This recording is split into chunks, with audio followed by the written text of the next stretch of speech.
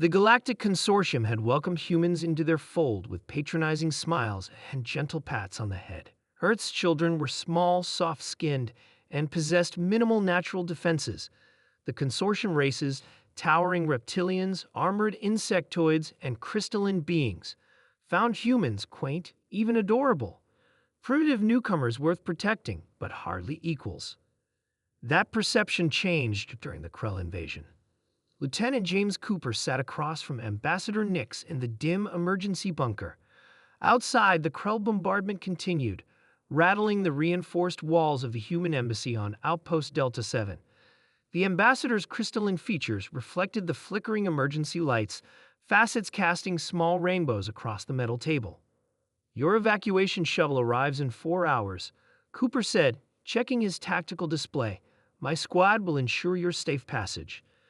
Nix's translator hummed. "But you will remain? This seems illogical. The Krell will overrun this position within days." "Marines don't abandon posts, Ambassador." Cooper's eyes were steady. Unblinking, we hold the line. "Against impossible odds? Your species confuses me. You know the Krell's capabilities. You have seen their weapons." Cooper smiled thinly. "We've seen worse." The ambassador's crystalline body shifted, producing a sound like wind chimes. "I failed to comprehend. Your species has no natural armor, no redundant organs, minimal strength compared to other sentients. What could be worse than the Krell?" Cooper's gaze drifted to the tactical display where red dots, Krell warships, surrounded their position. His squad of 12 Marines was all that stood between the ambassador's delegation and annihilation. "We come from a death world, Ambassador. Earth tried to kill us every day for millions of years.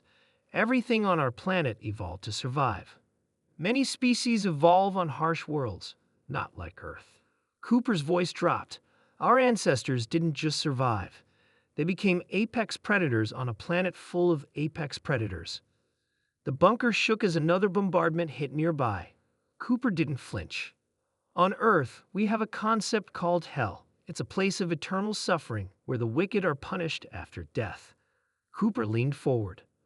"But Marines, we create hell wherever we go. We bring it with us like a gift for our enemies." Ambassador Nix shifted uncomfortably. "I do not understand this. Hell. It's a state of mind, an environment, a promise." Cooper tapped his temple. "The Krell think they understand warfare, but they've never faced humans pushed to the edge. They've never seen what happens when Marines have nothing to lose."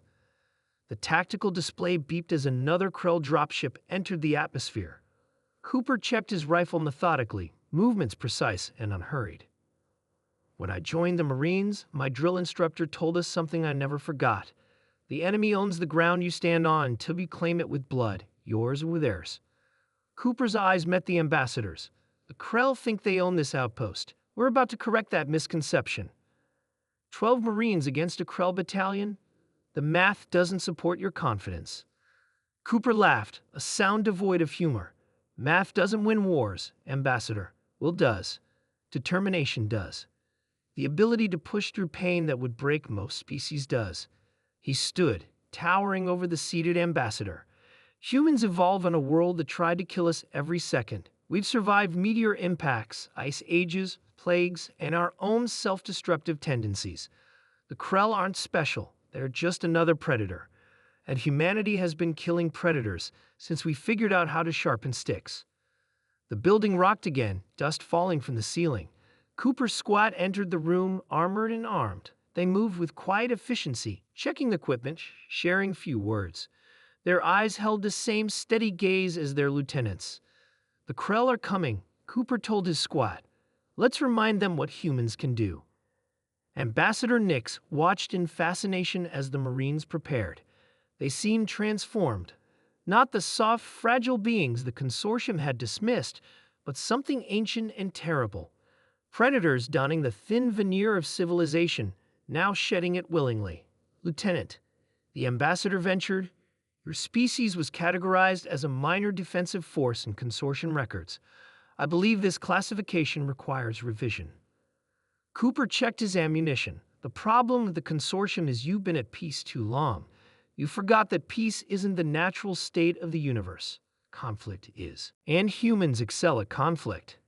We were born in it, shaped by it. Hooper's smile was all teeth. Humans don't just fight wars, Ambassador. We become them. 4 hours later, as the evacuation shuttle broke atmosphere, Ambassador Nix watched the outpost through the viewport.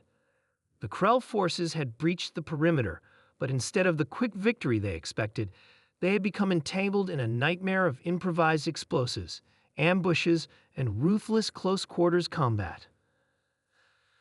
12 Marines had turned the outpost into a killing ground. The Krell, used to overwhelming force and quick surrender, found themselves hunted by predators who refused to acknowledge defeat. The shuttle's communication system crackled. Cooper's voice came through, steady despite the sounds of combat in the background. Ambassador, tell the consortium what you saw here. Tell them about hell. The line went dead as the shuttle entered orbital space. Behind them, explosions blossomed across the outpost. When the consortium relief fleet arrived 3 days later, they found the outpost in ruins.